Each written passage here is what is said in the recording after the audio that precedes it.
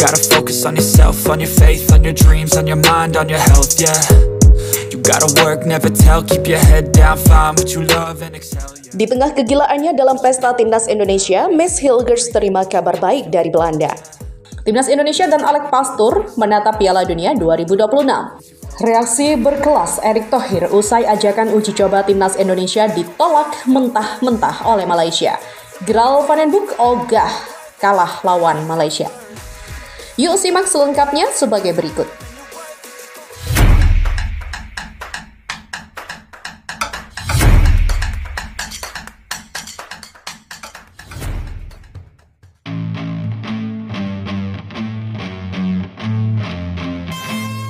Di saat dirinya sedang menggila saat Timnas Indonesia melaksanakan pesta semalam, Miss Hilgers terima kabar baik dari Belanda. Ya, Hilgers menjadi sorotan baru-baru ini seiring dengan aksinya dalam acara makan malam Timnas Indonesia di tengah pemusatan latihan TC di Bali. Pada Jumat 30 Mei 2025, skuad Garuda melaksanakan makan malam bersama untuk merayakan ulang tahun Ketua Umum PSSI Erick Thohir. Termasuk dalam acara tersebut ada momen ketika sejumlah pemain mempersembahkan lagu masing-masing.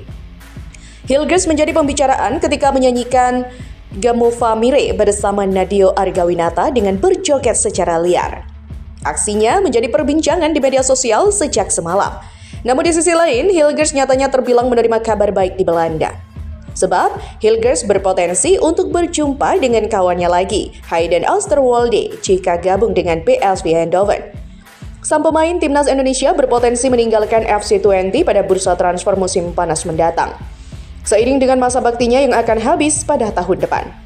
20 berencana untuk menjualnya pada musim panas ini dan PSV Eindhoven menjadi salah satu tim yang dikaitkan. Menurut laporan dari media Belanda Football Transfer, Hilgers bisa menjadi salah satu pemain yang direkrut PSV di musim panas nanti, karena mereka akan tinggal oleh Olivier Boskagli. Jika gabung dengan PSV, Hilgers berpotensi jumpa dengan mantan rekan setimnya Hayden Oosterwolde yang juga punya darah Indonesia.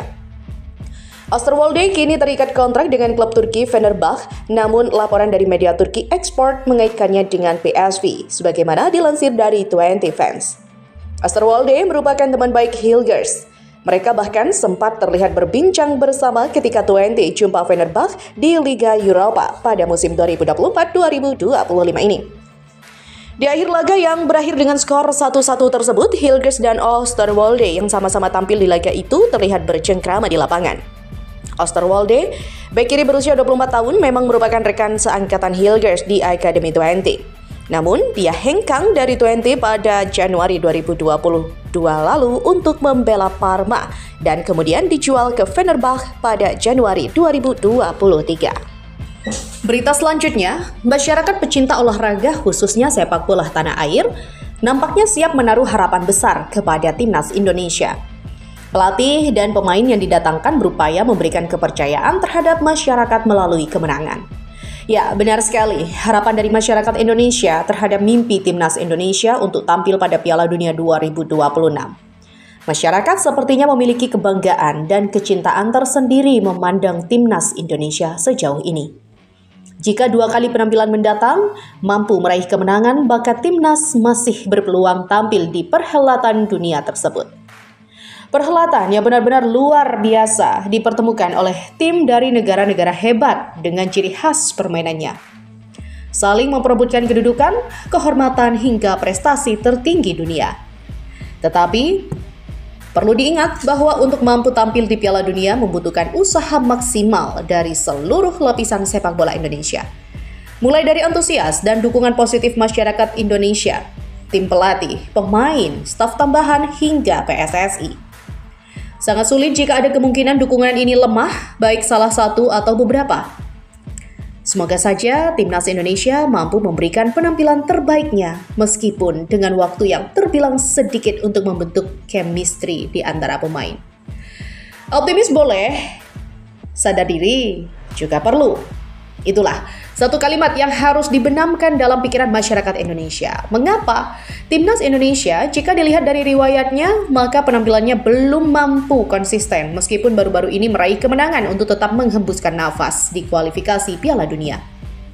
Memang kondisi saat ini berbeda dengan bulan lalu, yang mana saat ini telah didatangkan pemain baru dari Eropa dengan segala keterampilan pada posisi masing-masing. Kemungkinan kekalahan masih cukup besar. Mengingat di antara pemain perlu dibentuk hubungan baik di dalam maupun di luar lapangan. Khususnya hubungan di dalam lapangan, membutuhkan pemahaman strategi serta pengambilan keputusan di berbagai kondisi tertentu. Jika di antara pemain salah menafsirkan pemahaman strategi individu dengan strategi tim, maka berakhir sudah harapan itu.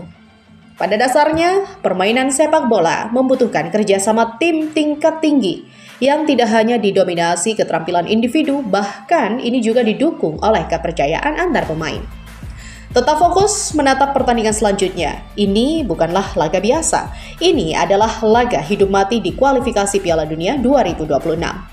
Dua pertandingan selanjutnya menentukan Indonesia akan naik peringkat atau justru turun peringkat hingga sulit lolos ke putaran ketiga selanjutnya di lanjutan kualifikasi.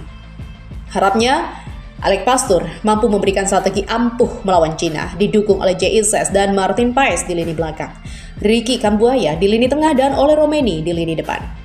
Mari kita lihat saja perkembangan dari performa timnas Indonesia di kancah internasional. Apa mampu tampil apik atau sebaliknya?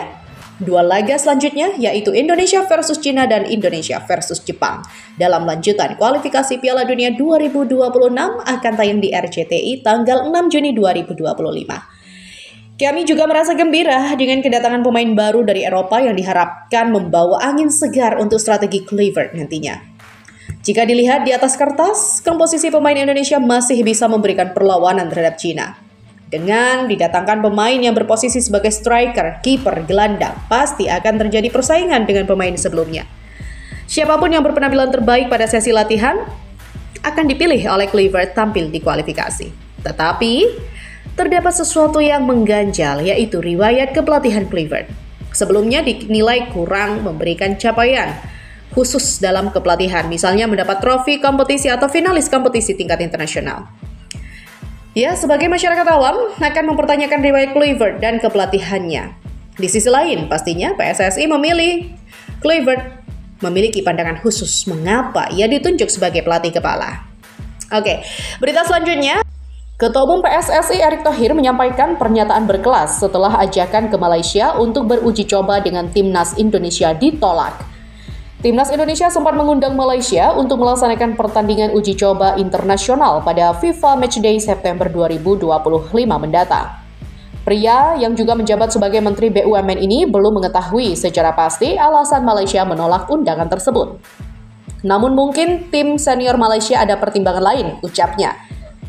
Akan tetapi, Timnas Indonesia akhirnya bisa beruji coba dengan Malaysia di ajang Piala AFF U23 2025 pada Juli mendatang. Ternyata ini bukan diundang, tapi dipaksa harus datang, pungkas Erick Thohir. Sementara itu, Piala AFF U23 2025 akan berlangsung di Indonesia pada 15 hingga 31 Juli. Indonesia kembali ditunjuk sebagai tuan rumah. PSSI akan menggelar pertandingan di Stadion Utama Gelora Bung Karno atau SUGBK Jakarta dan Stadion Patriot Candrabaga Bekasi. Timnas Indonesia U23 bergabung dengan grup A bersama sang rival abadi, Malaysia, Filipina, dan Brunei Darussalam. PSSI telah menunjuk Gral Van den Boeck sebagai pelatih Timnas Indonesia U23. Ya, Gral Van den Boeck ogah kalah lawan Malaysia. Menurut pelatih asal Belanda tersebut, ia ingin membawa Timnas Indonesia meraih kemenangan dalam setiap pertandingan di fase grup untuk bisa lolos terlebih dahulu ke semifinal. Artinya, tidak ada kata kalah saat Timnas U23 menjamu Malaysia.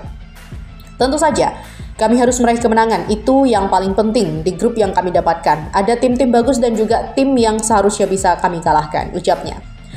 ASEAN U23 Championship 2025 menjadi tantangan awal untuk Gral Van den Boeck sebagai pelatih. Selanjutnya, ia akan membawa Timnas U23 menghadapi kualifikasi Piala Asia U23, menghadapi Korea Selatan, Laos, dan Macau di grup J. Baginya, setiap pertandingan di ASEAN U23 Championship 2025 menurutnya sangatlah penting.